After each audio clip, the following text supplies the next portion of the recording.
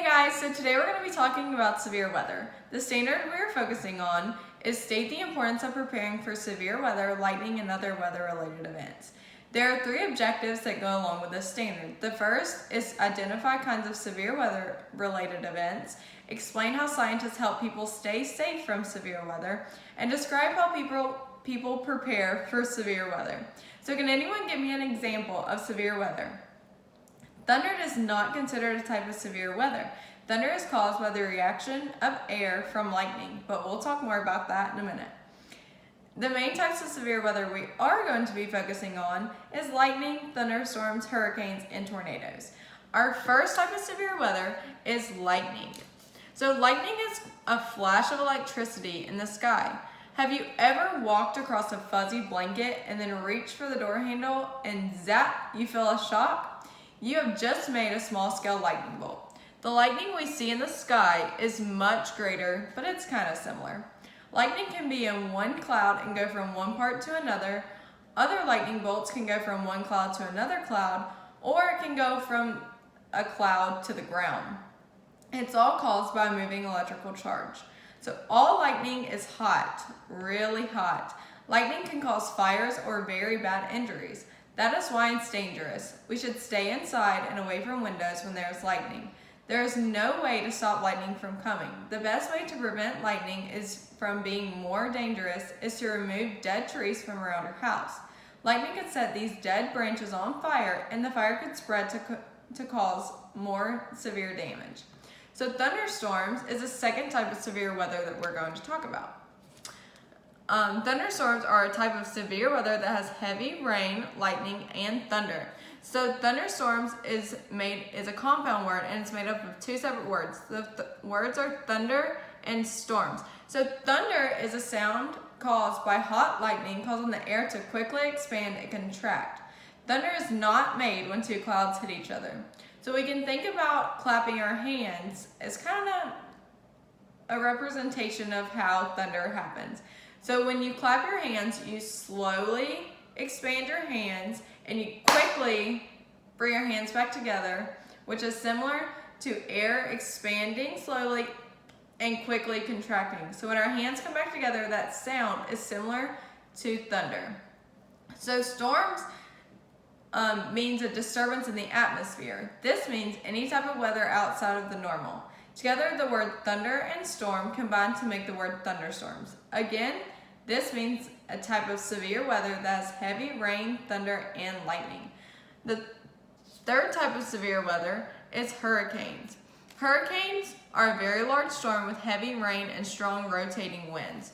A storm is considered a hurricane if the winds stay at least 75 miles per hour. That's as fast as a car driving down the interstate.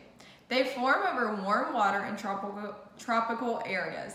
They use warm water as energy. The center of a hurricane is called an eye. There is low pressure in the eye, which means the weather is calm. They can make a spiral shape like in this picture. This picture is taken above a hurricane and above land. Most hurricanes happen in the water, but when they reach land, they can be very dangerous. The winds can reach up to 200 miles per hour. This wind can knock over trees, buildings, or houses. The wind can also cause large waves. These large waves can cause flooding to houses and other buildings. Flooding is when water enters into a place that's supposed to remain dry. If we look closely at this picture, we can see houses destroyed and water that has flooded this town. It is important that we prepare for hurricanes. Families need to know their evacuation route. To evacuate means to leave, and a route is the way to get somewhere. Think back to when we do fire drills.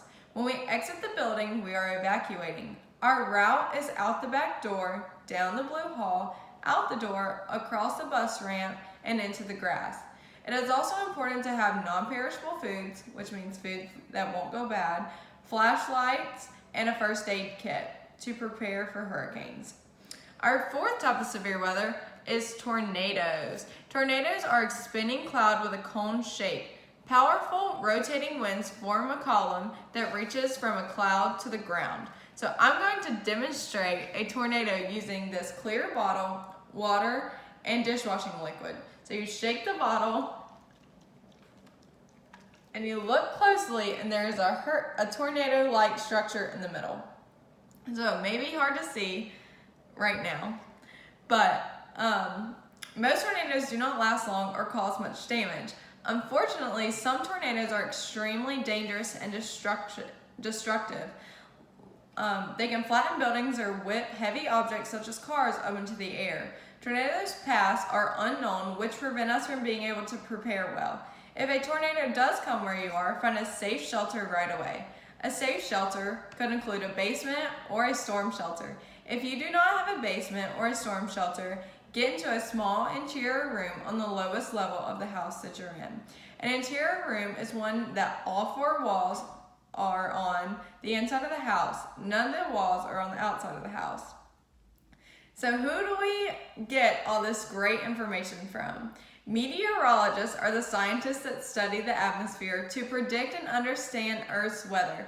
Meteorologists are the people that you see on the news that inform us about our current weather or the severe weather that could be coming. So you may hear a tornado warning, a tornado watch, or a hurricane warning or a hurricane watch.